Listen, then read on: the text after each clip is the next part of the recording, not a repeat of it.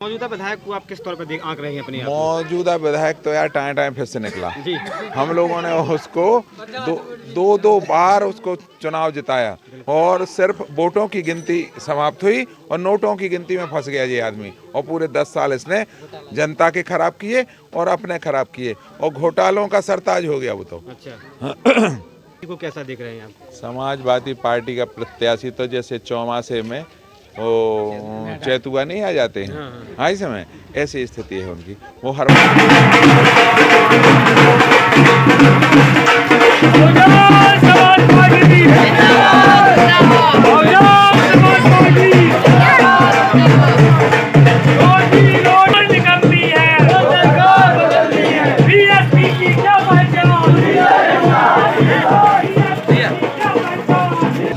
नमस्कार, सफाई न्यूज बुंदेलखंड की टीम आज पहुंची है निवाड़ी विधानसभा और आज एक चुनावी जो है जनसंपर्क को हम दिखाने जा रहे हैं। हमारे साथ मौजूद हैं और निवाड़ी राजनीति में काफ़ी रूप से बहुत पहले से सक्रिय रहे हैं और अभी वर्तमान में जो है चुनाव विधानसभा का लड़ रहे हैं। बहुजन समाज पार्टी से जो है चुनाव चिन्ह है और हमारे साथ मौजूद हैं अवधेश सिंह राठौर जी। इनसे बातचीत करेंगे और जानना चाहेंगे कि इनका चुनावी कैंपेन कैसा चल रहा है।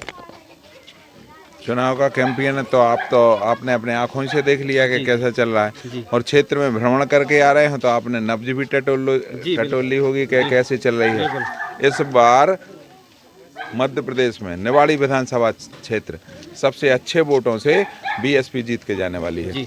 बहन मायावती ने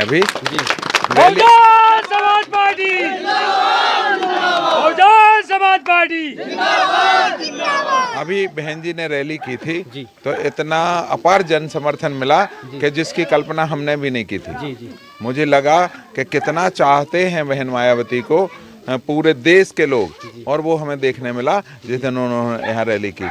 हजारों की तादाद में क्षेत्र से लोग आए और बड़े अच्छी तरह से रैली को सफल बनाया उन्होंने।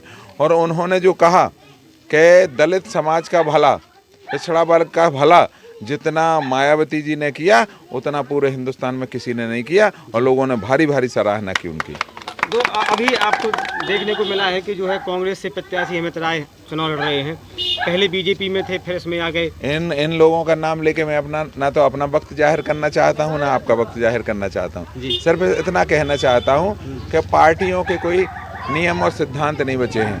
जो आदमी कल तक उसमें था बीजेपी में और वो सदस्य भी नहीं था और उन्होंने उनको टिकट दे दिया, जिसकी वजह से सारे कांग्रेस के सीनियर लीडर हैं वो बाल नोच रहे हैं और रिजल्ट सामने आएगा तो पता लग जाएगा कि कैसे चुनाव होता है। अच्छा, मौजूदा विधायक को आप किस तौर पर आंक रहे हैं अपने आप? मौजूदा विधायक तो यार टाइम फिर से निकला हम लोगों ने उसको दो बार उसको चुनाव जिताया लेकिन किसी के दरवाजे नहीं गया चुनाव जीतने के बाद।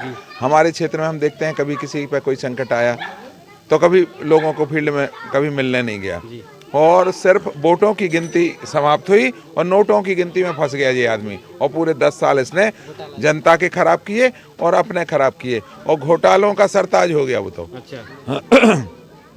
इतना बड़ा राशन घोटाला, जहां एक तरफ कोरोना फैला था उस टाइम पे भी इतना बड़ा राशन घोटाला किया कि पूरे मध्य प्रदेश में नहीं पूरे देश में जग जाहिर हो गया। और छोटी छोटी चीज़ों में डायरेक्ट दलाली प्रथा, हर ऑफिस में दलाल बैठा रखे हैं। जब तक उसकी रसीद नहीं कटती है जब तक कोई काम संभव नहीं है, ऐसी स्थिति हो गई है। और शिक्षा के क्षेत्र में तो इतना गंदा किया इस शख्स ने कि अपने यहाँ नवोदय विद्यालय 5 साल पहले खुल जाना चाहिए था और आज तक नवोदय विद्यालय इसलिए नहीं खुल पाया कि इसका स्कूल है और इसका स्कूल कहीं प्रभावित ना हो जाए, इसलिए नवोदय विद्यालय नहीं आने दिया। और हमारे ग्रामीण क्षेत्र के जो छोटे छोटे होनहार बच्चे हैं बेचारे वो शिक्षा से वंचित हो रहे हैं। सबसे पहले जिला बना है, जिला बनने के बाद क्या लगता है आपको कौन कौन से विकास का अभी बहुत पीछे? जिला बनने के बाद तो ये लगा कि ये अधकचरा जिला बन के रह गया। सारे विभागों के ऑफिस नहीं खुल पाए। आज भी आरटीओ झांसी में वहाँ क्या नाम वहाँ बैठता है, टीकमगढ़ में बैठता है। बहुत सारे ऑफिस हैं जो आज भी टीकमगढ़ में लग रहे हैं। मेरा निवेदन ये है कि जिले से कोई फ़ायदा हुआ हो चाहे नुकसान, वो फ़ायदा हुआ हो चाहे नहीं, लेकिन नुकसान ज़रूर हो रहा है। लोग बाग अगर अपने हार खेत पे भी जा रहे हैं तो यातायात पुलिस उसको रोक के और उनका चालान काट रही है और कहीं हेलमेट के नाम पे, कहीं पॉल्यूशन के नाम पे उनकी बहुत जेब काट रही है। निवाड़ी के ज्वलंत मुद्दे कौन कौन से हैं? निवाड़ी का ज्वलंत मुद्दा है अगर तो सिर्फ एक ही है कि अपने निवाड़ी विधानसभा का नहीं, पूरे बुंदेलखंड का समूचा मजदूर वर्ग दिल्ली में और हरियाणा में मजदूरी की तलाश में घूम रहा है। इससे बड़ा मुद्दा कुछ हो नहीं सकता। यहाँ लोगों के हाथ को रोजगार नहीं है, यहाँ लोगों के हाथ को नौकरी नहीं है, यहाँ लोगों के हाथ को काम नहीं रहे। किसान और मजदूर बहुत बुरी तरह से प्रभावित है। रोज़ हम गांव में जाते हैं, लोग देखते हैं कि कोई आत्महत्या कर रहा है, कोई सल्फास खा रहा है, कोई फांसी का फंदा लगा के झूल रहा है।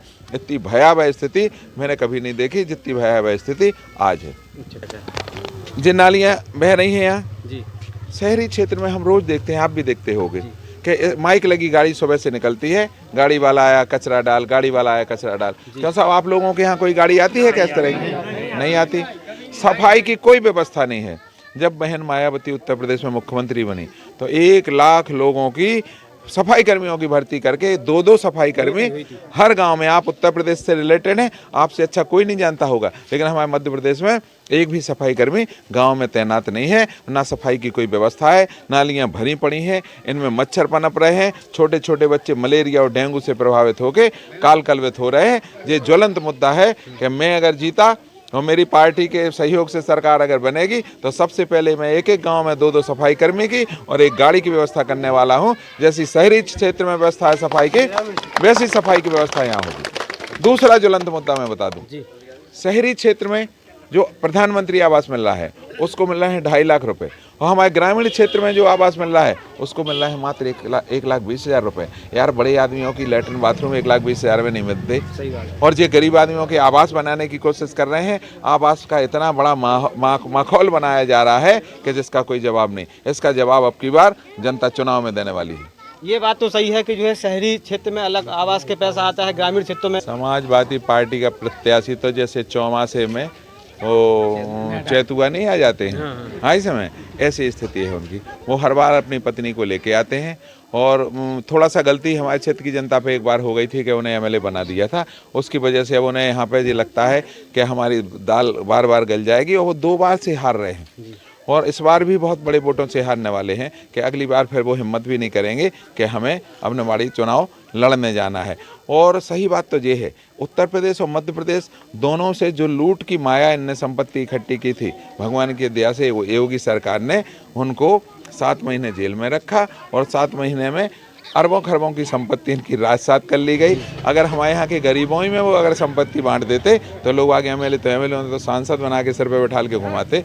इसलिए वो सिर्फ अपनी संपत्ति बचाने के लिए यहाँ चुनाव लड़ रहे हैं। ना तो यहाँ की जनता से उन्हें प्रेम है, ना यहाँ की धरती से उन्हें प्रेम है। स्वाभाविक है कि जो जहाँ पैदा होता है वहाँ की धरती से प्रेम होता है। यहाँ से तो सिर्फ अकेले चुनावी समीकरण बिठाने आते हैं, लेकिन ये गलती हमारे यहाँ की जनता बार बार दोहराने वाली नहीं है। और इस बार वो ऐसी विदा होके जाएगी कि दोबारा कभी इस विधानसभा क्षेत्र में चुनाव लड़ने की हिमाकत नहीं की। यहाँ तो ठीक है, उत्तर प्रदेश में एक छोटे से आदमी ने 2-2 बार उन्हें गरोठा विधानसभा क्षेत्र में चुनाव हराया है। जहां 24-24 फॉर्चूनर घूमती थी, एक आदमी ने जो बैलगाड़ी से चलता था, बैलगाड़ी से पर्चा भरने गया जवाहर राजपूत, ऐसे आदमी ने जब चुनाव हराया है तो 2 बार उत्तर प्रदेश में और 2 बार मध्य प्रदेश में हारने के बाद तो मुझे नहीं लगता कि ऐसा कोई इंसान होता स्वाभिमानी कि वो दोबारा चुनाव लड़ने की कोशिश करता। संन्यास मैं होता उसकी जगह तो संन्यास ले लेता, लेकिन दोबारा चुनाव मैदान में नहीं जाता। तो हमारे साथ मौजूद थे बीएसपी के प्रत्याशी बहुजन समाज पार्टी के जो है, इनसे बातचीत की, बहुत अच्छा लगा बातचीत करने के बाद।